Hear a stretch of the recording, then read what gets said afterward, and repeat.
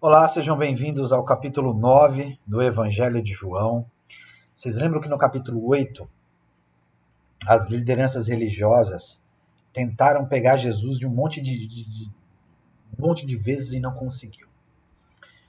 E Jesus estava fazendo lições duras, duríssimas com eles.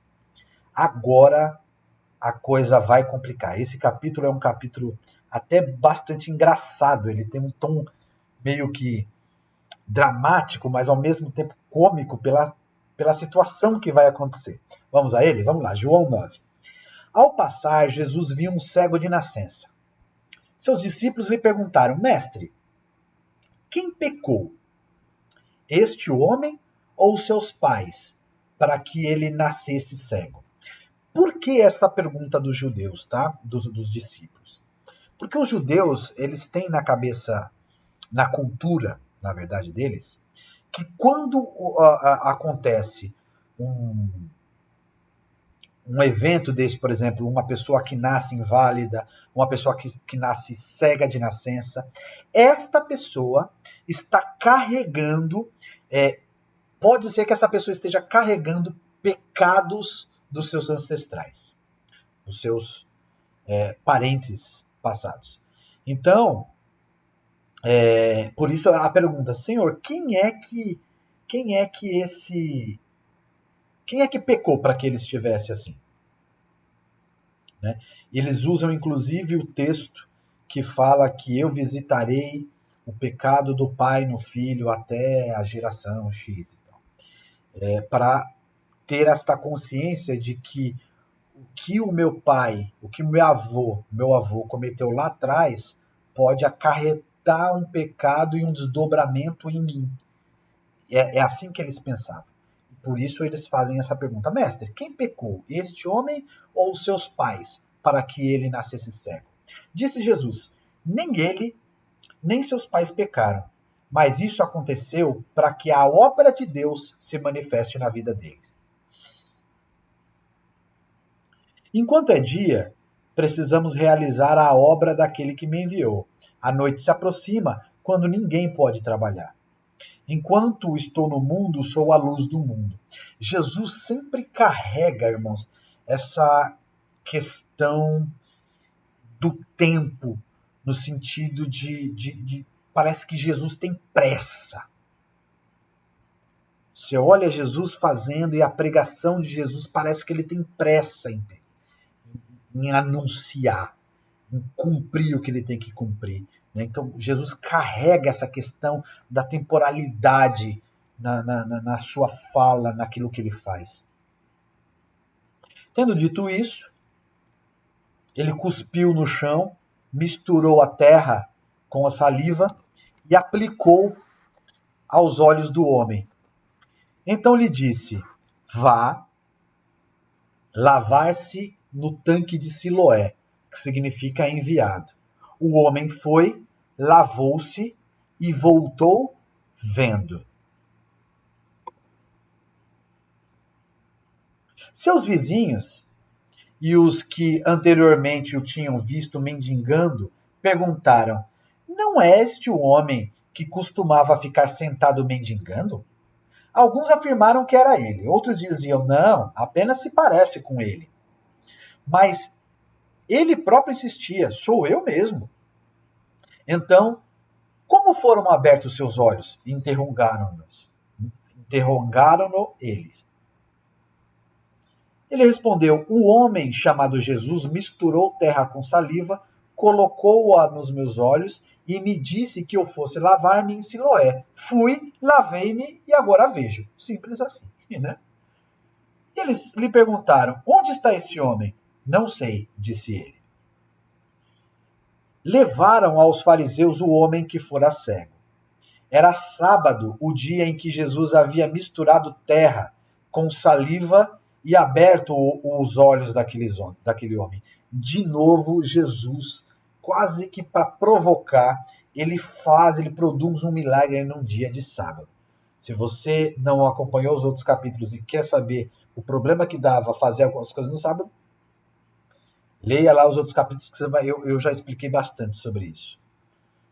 Então os fariseus também Lhe perguntaram como ele recebera a visão. O homem respondeu: Ele colocou uma mistura de terra com saliva nos meus olhos, eu me lavei e agora vejo. Alguns dos fariseus disseram: Esse homem não é de Deus, pois não guarda o sábado. Mas outros perguntaram: Como pode um pecador fazer tais sinais miraculosos? E houve divisão entre eles. Tornaram, pois, a perguntar o cego: Que me diz a respeito dele? Foram seus olhos que ele abriu. O homem respondeu: Ele é um profeta. Os judeus não acreditaram que ele fora cego e havia sido curado, enquanto não mandaram buscar os pais. Ou seja, os caras não acreditaram na palavra do cego, mandaram buscar os pais dele. Então perguntaram: Esse é o seu filho, o qual vocês dizem que nasceu cego? Como ele pode ver agora? Responderam os pais: Sabemos que ele é o nosso filho e que nasceu cego, mas não sabemos como ele pode ver agora ou quem lhe abriu os olhos. Perguntem a ele. Idade ele tem, falará por si mesmo. Seus pais disseram isso porque tinham medo dos judeus, pois estes já haviam decidido que, se alguém confessasse que Jesus era o Cristo, seria expulso da sinagoga. Foi por isso que os seus pais disseram: Idade ele tem, perguntam-lhe a ele. Pela segunda vez chamaram o homem que fora cego e lhe disseram: Para a glória de Deus, diga a verdade. Sabemos que este homem é pecador. Ele respondeu: Não sei se ele é pecador ou não. Uma coisa eu sei: eu era cego e agora vejo. Isso é maravilhosamente lindo, né? É lindo e ao mesmo tempo engraçado. Falei, olha, se ele é pecador, eu não sei. Uma coisa só que eu sei é que na prática eu entrei em contato com esse cara, eu não via nada e agora eu vejo. Simples assim. Antigamente eu não tinha visão, agora eu tenho. Antigamente eu não andava, agora eu ando. Antigamente eu não conseguia viver a vida com as minhas próprias pernas, me sustentar, agora eu consigo. É assim todo que entra em contato com ele. É assim, simples. Então lhe responderam: O que ele fez? Como abriu os olhos? Ele respondeu: Eu já lhes disse e vocês não me deram ouvidos. Por que querem me ouvir outra vez? Acaso vocês também querem ser discípulos dele? Sensacional isso aqui, né? Eu falei: eu já te falei 3 vezes. Só que vocês não estão me ouvindo. Eu estou falando, vocês não me ouvem. Eu estou falando, vocês não me ouvem. Por acaso vocês não estão querendo ser discípulo deles, não? Dele também, não? Então os insultaram e disseram: Discípulo dele é você. Nós somos discípulos de Moisés. Sabemos que Deus falou a Moisés, mas quanto a esse, nem sabemos de onde ele vem. O homem respondeu: Ora, isso é extraordinário. Vocês não sabem de onde ele vem, contudo ele me abriu os olhos. Sabemos que Deus não ouve a pecadores, mas ouve ao homem que teme e pratica a sua vontade. Ninguém jamais ouviu que os olhos de um cego de nascença tivessem sido abertos. Se esse homem não fosse de Deus, não poderia fazer coisa alguma. Diante disso, eles responderam: Você nasceu cheio de pecado. Como tem ousadia de nos ensinar? E os expulsaram. Quer dizer, não resolveu nada, né? O homem foi ali, testemunhou, eles não acreditaram e falou assim: Você nasceu cheio de pecado. Quer dizer, ainda julgou o pobre do rapaz, né? E você ainda quer vir aqui nos ensinar e expulsou o rapaz. Sensacional. Versículo 35. Jesus ouviu que o haviam expulsado e, ao encontrá-lo, disse: Você crê no Filho do Homem?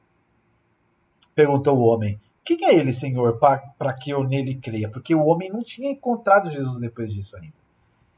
Disse Jesus: Você já o tem visto. É aquele que está falando com você. Então o homem disse: Senhor, eu creio. E o adorou. Disse Jesus: Eu vim a este mundo para julgamento, a fim de que os cegos vejam e os que veem se tornem cegos.